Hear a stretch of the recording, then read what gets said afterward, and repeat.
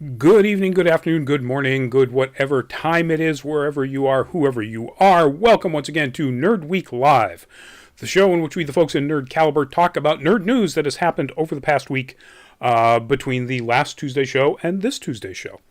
I'm Rodney Brown. I'm the editor-in-chief of Nerd Caliber. On Facebook and Instagram, I'm known as First Person Shooter, a cosplay photographer. I'm Burley_Adopter on Twitter, a couple of other places doing various other things.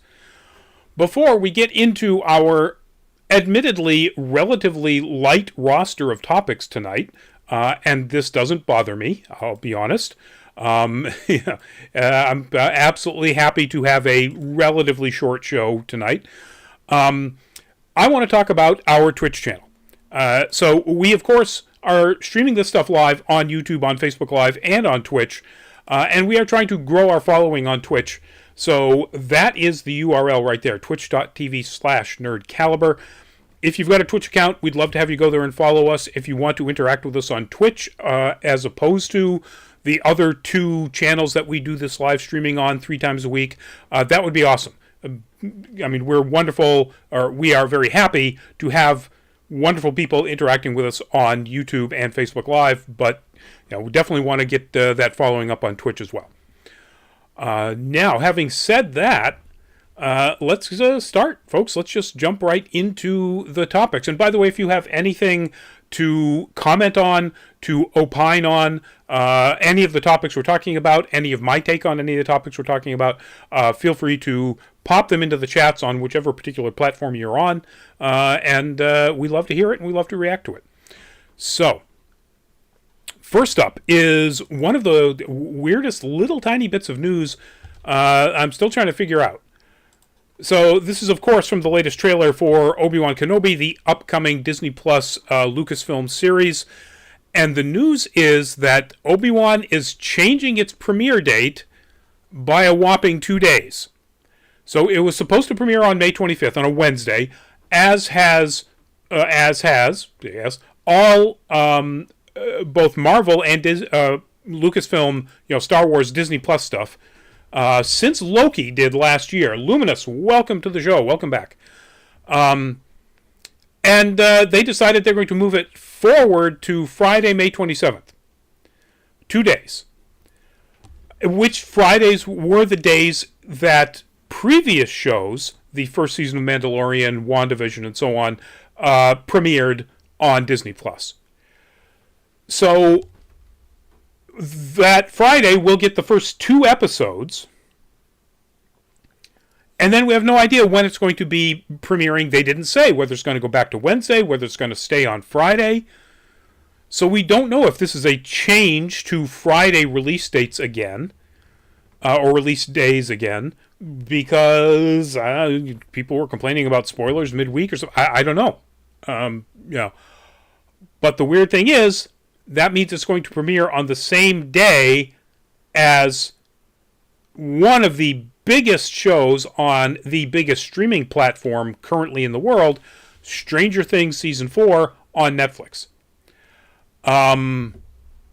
So I'm guessing that this is a decision to test out basically Disney Plus's numbers up against the biggest, most anticipated show on the biggest streaming platform by putting their most anticipated show, and frankly, Obi-Wan Kenobi is their most anticipated show right now. Everybody wants to see all the Marvel stuff that's coming up. I don't doubt that their own internal numbers say that Obi-Wan Kenobi, bringing back, obviously, Ewan McGregor, bringing back Hayden Christensen, this is probably their top anticipated show. Now, whether they're doing that just to do sort of a competition testing, or whether it's a, right for the jugular marketing move to go straight up against Stranger Things Season 4, or both, there's no way to know. I mean, somebody at Disney knows for sure, but we don't. So we're just speculating on that being the reason why, but that seems to make a lot of sense. Because it doesn't make any sense whatsoever for them to move onto a competitor platform unless they want to see how they run up against a competitor. Almost always when you see movie releases or things like that, that change dates, its studios are moving away from a competitor. Not the case here. So that's it. It's now you don't have to decide. I'm sure there's plenty of hours in the day in which you can watch the first 2 episodes of Obi-Wan Kenobi and the first episode of Stranger Things Season 4. But now you've got all of that to do now on Friday, May 27th. In addition to prepping for whatever probable, Memorial Day barbecue weekend thing that you've probably got going on, or for, other things that might be happening there. So, Obi-Wan Kenobi, just a couple of days. You have to wait a little bit longer. But interesting to see them taking this move. Again, not entirely sure why, but boy, does it really seem like they want to run right up against Stranger Things Season 4 and find out how they're going to do. All right, speaking of the other star, going to Star Trek, in this case Picard, Star Trek Picard announced that Season 3, they finally made an official announcement. Lumina says, I want to see She-Hulk. I do too. I really want to see Ms. Marvel. I've loved that comic. I'm really excited to see what sort of take they do with the character. It's a little weird to me that they're not doing... Just get off Picard here, just jump back for a second. It's a little weird to me that they're not doing the stretching powers, but I can see why, to some extent, that might seem pretty silly. They may not want to go with that. And maybe they're also tying it into, clearly it's a technology and, some sort of bands that she's wearing. They might want to tie it into the whole concept of, their version of the Negabands, the things that originally powered the original Captain Marvel in the comics. Who knows where they're going with it. But I'm looking forward to that. I am also looking forward to She-Hulk. There have been rumors that there's been problems on the She-Hulk set. I hope that's not the case. Or if it is, I hope they get it figured out. I would hate to see that not be as good a show as it really could be. But getting back to Picard. Currently it's in Season 2. They just announced that Season 3 officially is going to be its last season. So Patrick Stewart has been saying this. Other cast members have been saying that, Season 3 will be, it'll wrap up in Season 3. But Paramount Plus has not said that officially. Well, now it has. But it's also said that in addition to current appearing Star Trek Next Generation cast members that have appeared in the first 2 seasons, or the first season in the currently running season, Jonathan Frakes, Marina Sirtis, and Gates McFadden, or Brent Spiner, I'm sorry, you are going to see in Season 3 the addition of Gates McFadden, LeVar Burton, and Michael Dorn. Luminous, yes, I also want to see the Star Trek Next Generation cast. I was hoping it would happen this season, but instead I've been very disappointed. You've been very disappointed because of the lack of cast, of TNG cast, or very disappointed in the season in general? I haven't started watching it yet, and I feel like a bad Star Trek fan because of that.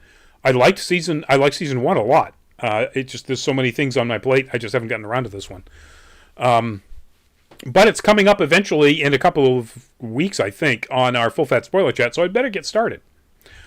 Anyway, so when it happens, who knows when it's actually going to drop, but it will include basically a reunion of the primary characters, or actors at least. We don't know for sure they're going to be their same characters, but come on, of course they are. From Star Trek The Next Generation. So that's really cool. Whether it sets up anything like a Captain Worf series, come on. Dorn has been pushing for that. I mean, that would be awesome. Give us a Captain Worf series, please. But whether or not it sets anything like that up or not, who knows. I'm not even sure how long Klingons live. So I don't know whether Worf is, still young enough to be a gung-ho starship captain, or whether he would be old enough to be in a position where he should be doing something else. But anyway, that has nothing to do with this. This will be coming out whenever they actually wrap up season 2, and then eventually write and then start filming season 3. All right, next topic. Those are the Spy Kids.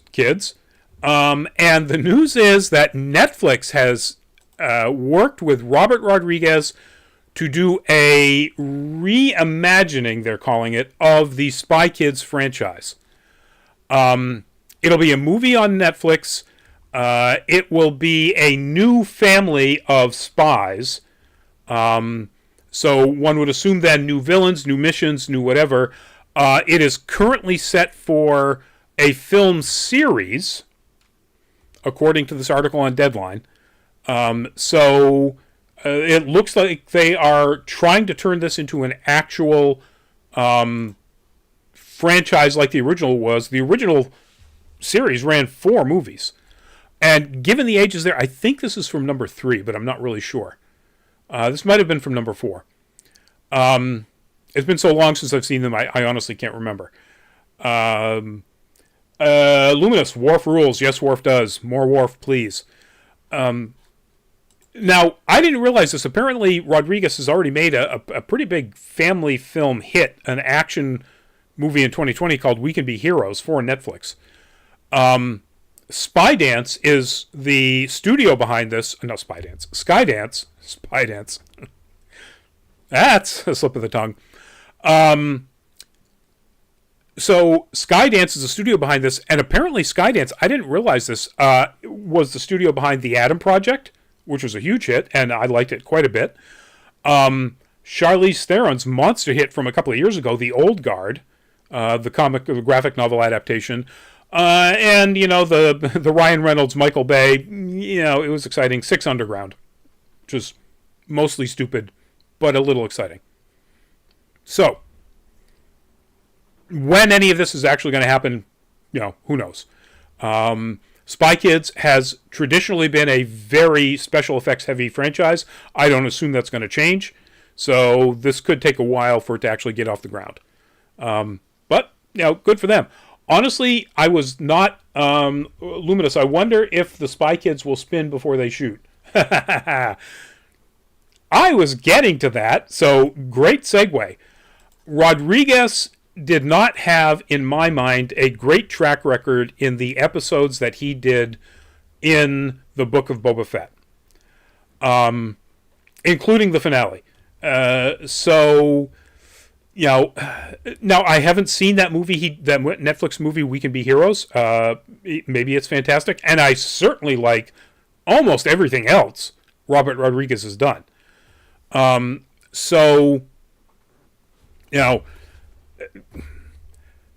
If the Spy Kids franchise has stuff like that, spin before they shoot, it's a Spy Kids story. They can spin, jump, flip, do whatever they want. It's kids' silly live-action cartoon adventure. So I have no problem with that.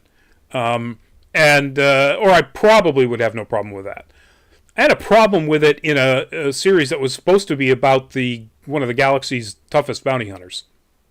But anyway, that's a different discussion. And frankly, we had that discussion in our Full Fat Spoiler Chat a couple of months ago about the Book of Mandalorian Season 2.5. I mean, the Book of Boba Fett. But yeah, so Spy Kids, if you were a fan of that, or if you like the idea of basically a couple of kids from a family of spies who have to rescue their parents, which is what the original was, and I'm guessing is kind of going to be the general story of this new franchise. It's really good. And it had a great cast. The 2 kids were complete unknowns. And they did a fine job. But the surrounding adult cast, both on the good guys, the spy sides, and the evil, supervillain sides, Alan Cumming was fantastic as a wonderful bad guy. But yeah, it was a great cast. And hopefully they'll do the same thing. They'll cast really excellent actors for the adult roles and maybe get some really talented new kids. Assuming they're going to go with the same sort of age range in between movies, I was going to say get Scoble, the kid from Adam Project, but he would be too old to start, I think. Anyway, speaking of kids. Hey kids, have you seen the anime Made in Abyss? Or read the manga?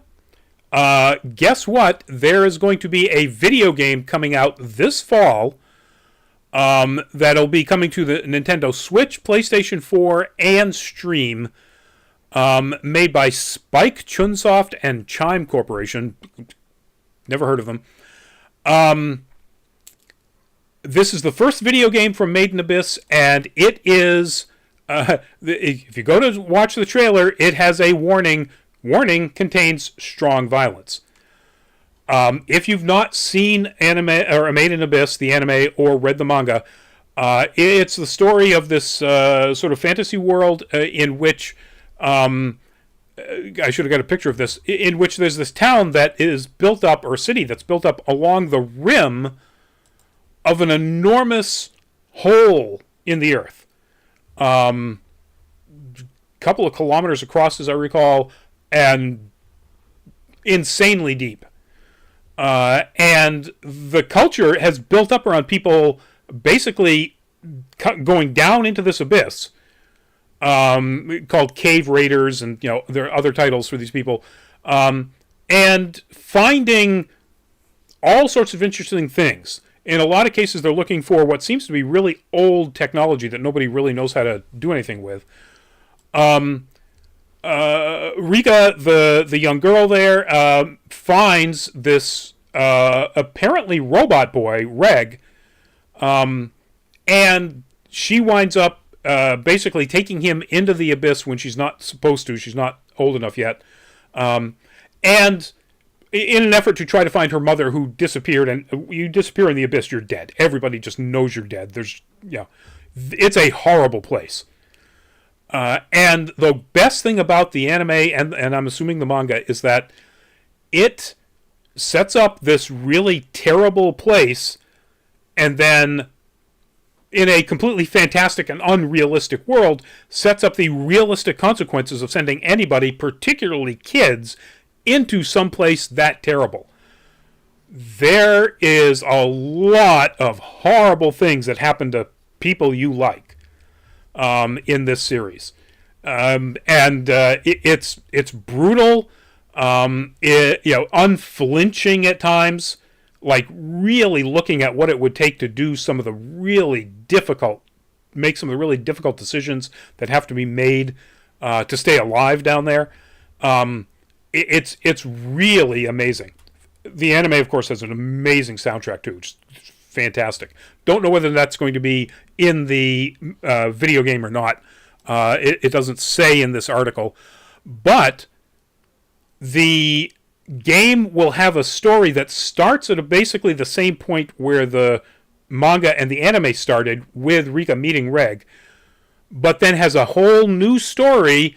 It says supervised by, so I'm assuming they didn't actually write it, but by the mangaka Tsukushi Akihito.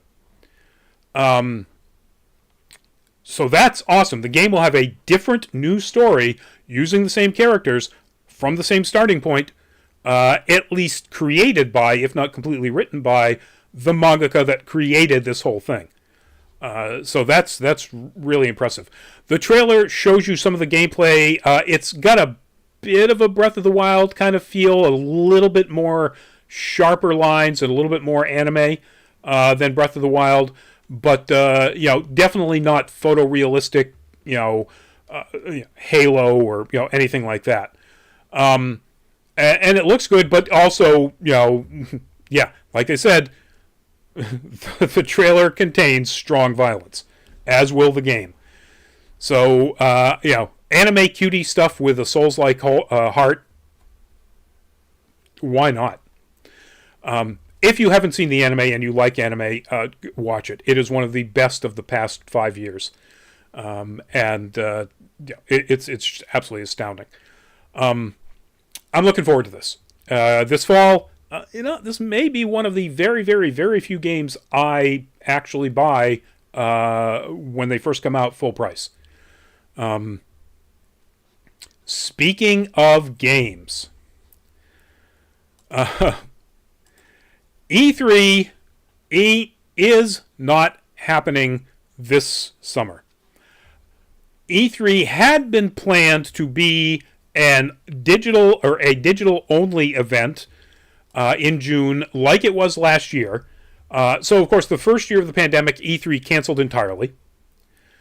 Last year, they went digital only and made it free for everybody to attend, to watch, which it normally isn't. E3 is traditionally an industry insider press and promotional event in which in various years they've allowed people to purchase very expensive tickets to go to it as a non-industry attendee, but limited numbers. Now they've just canceled the whole thing. No digital version whatsoever. And as this article in AV Club, the original article in Variety, and so they all basically point out that at this point, most of the big game companies, they do their own thing. You've got Nintendo Directs every month. You've got Sony PlayStation State of Plays. I think they're like every 2 weeks or something. It's just ridiculous. You've got direct announcements from video game makers, from Ubisoft, from Blizzard, from people like that. I feel horrible using those two examples, but they're ones that did recent announcements. Microsoft, Xbox, they all go directly with their own events on YouTube and other live streaming platforms and so on. There's kind of no reason to have an E3 unless you wanted to get press in a room playing demos with the marketing people standing around them trying to feed them the marketing speak while that's happening. That's really the only thing that you're missing from having these direct presentations from all of these other companies. And frankly, I think it's a sign that game press is basically just not that important anymore. People buy, they pre-register, they pre-purchase games that aren't coming out for a year without knowing how good they are going to be at release. Cyberpunk 2077. Why in the world would you do that? Well, you do it because the game companies tell you it's really cool and you should. And no matter how much the game press might say, hey, you know what? You don't do this. Don't reward these people, and don't force them to make their employees work hard to meet a deadline that they have to meet because they've pre-sold so many copies. But, game press is no longer really that important. And all of the big companies know it, and E3 says it will be back in 2023 with a full-on event. It remains to be seen. It remains to be seen whether or not this even continues at all, if there's any need for it. So, we'll see. But your early June has just opened up if you were planning on, going or virtually going to the all-digital E3. All right. Back to the other star, or the second star. We're now up to Star Trek Strange New Worlds. It finally dropped an official trailer. And I was really excited. I was excited by the teasers that dropped earlier. And this just has me absolutely pumped, although I'm a little, concerned isn't the right word. I find the trailer to be leaning really heavy on the lightheartedness and comedy. Now, I know they're trying really hard to spin this as much more like the original series, in tone than Discovery is now, but certainly was in the first and second seasons. That was such a complaint by Star Trek fans that Discovery was so dark and war-focused and violent, gory at times, with F-bombs and things like that, that this seems to be pushing, I think, too hard to show people that it's going to go in the other direction of tone. Now, is that just because that's what they wanted to lean on in this trailer? Yeah, probably. I can't imagine that this is going to be, Paramount Plus's version of the Orville, particularly when the Orville's, new season finally is coming up and is more serious. Bringing back a little bit of the, Family Guy kind of Seth MacFarlane jokes into more a, ensemble, a bunch of good people who work together having fun and, joking around kind of jokes. But there's definitely seriousness in here, and the special effects are fantastic. The trailer ends with the Enterprise coming up against a giant something ship, which, harkens back to I can't think of the name of it, the giant tube from the original series, that the captain of the Constellation was sort of obsessed with. It was his like Moby Dick thing. It may be like that, but it is a technology device that looks like a technology device. It is a gigantic ship, and it looks fantastic.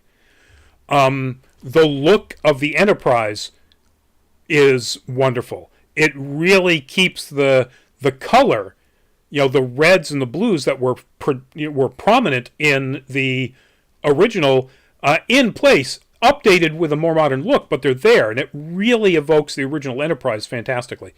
I'm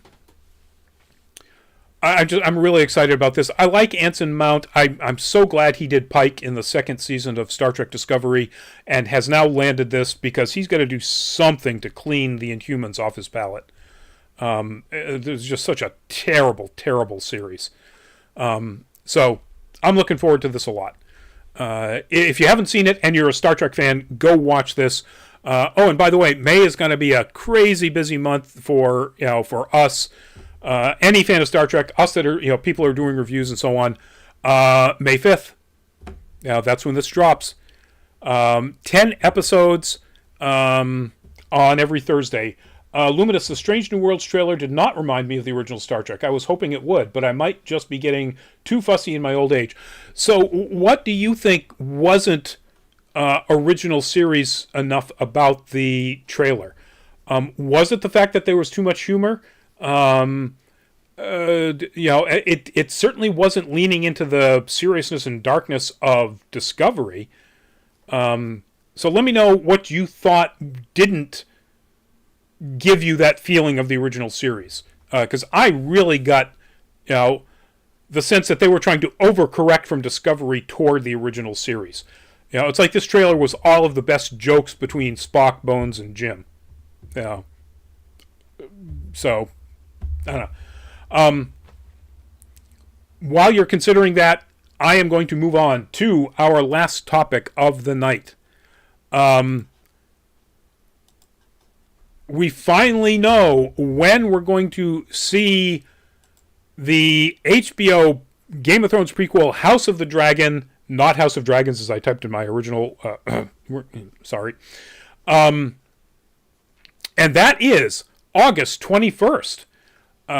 So we don't have to wait that particularly long to see, hopefully, finally, another good Game of Thrones adaptation. The jury is so out after the last two seasons of Game of Thrones and just how terrible they were. But these are all different people. Not just the cast, because obviously this is the story from Fire and Blood. It's set 300 years prior to the events of Game of Thrones. So it's a completely different cast of characters and a completely different cast of actors playing those characters.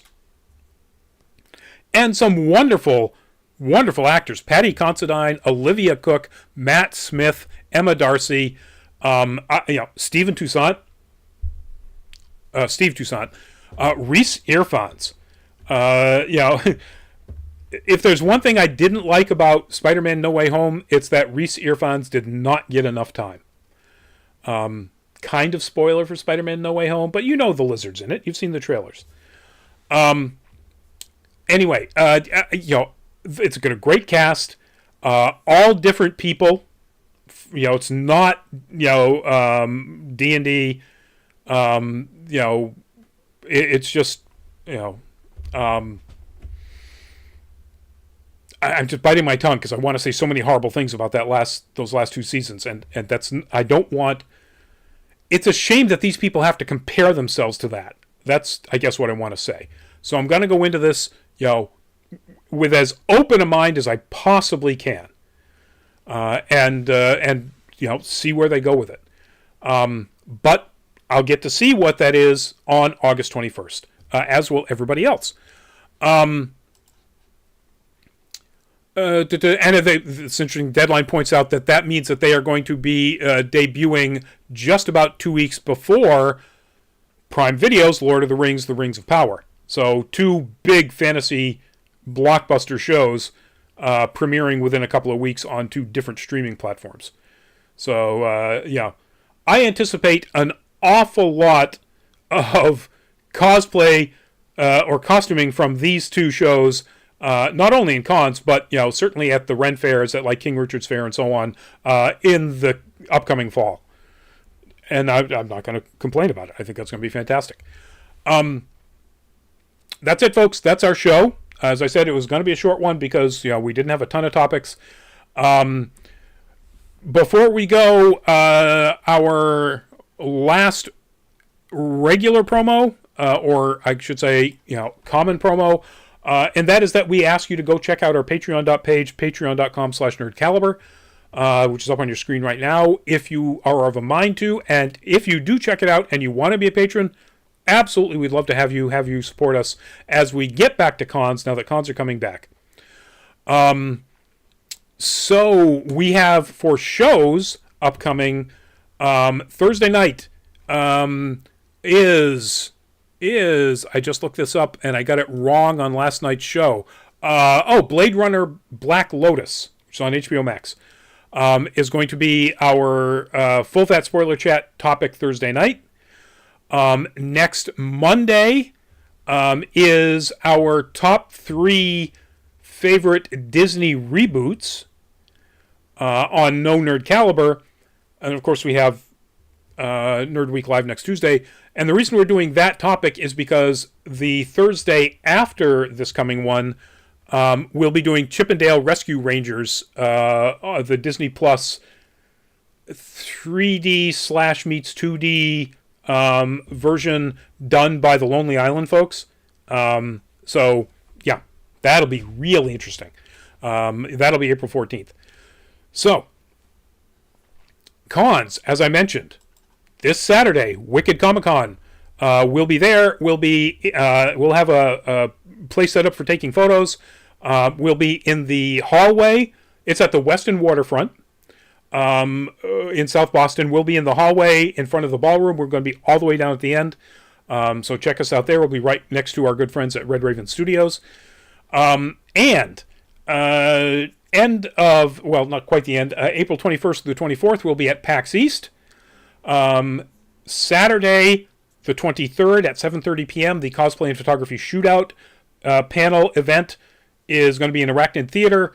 If you're a cosplayer or photographer and you want to participate, show up plenty early so we can get you signed up early, so you have more time to go out and actually work as a ad hoc team. We're going to throw you together randomly and make great images off of an ad hoc topic that the audience will pick out of a few that we have in mind.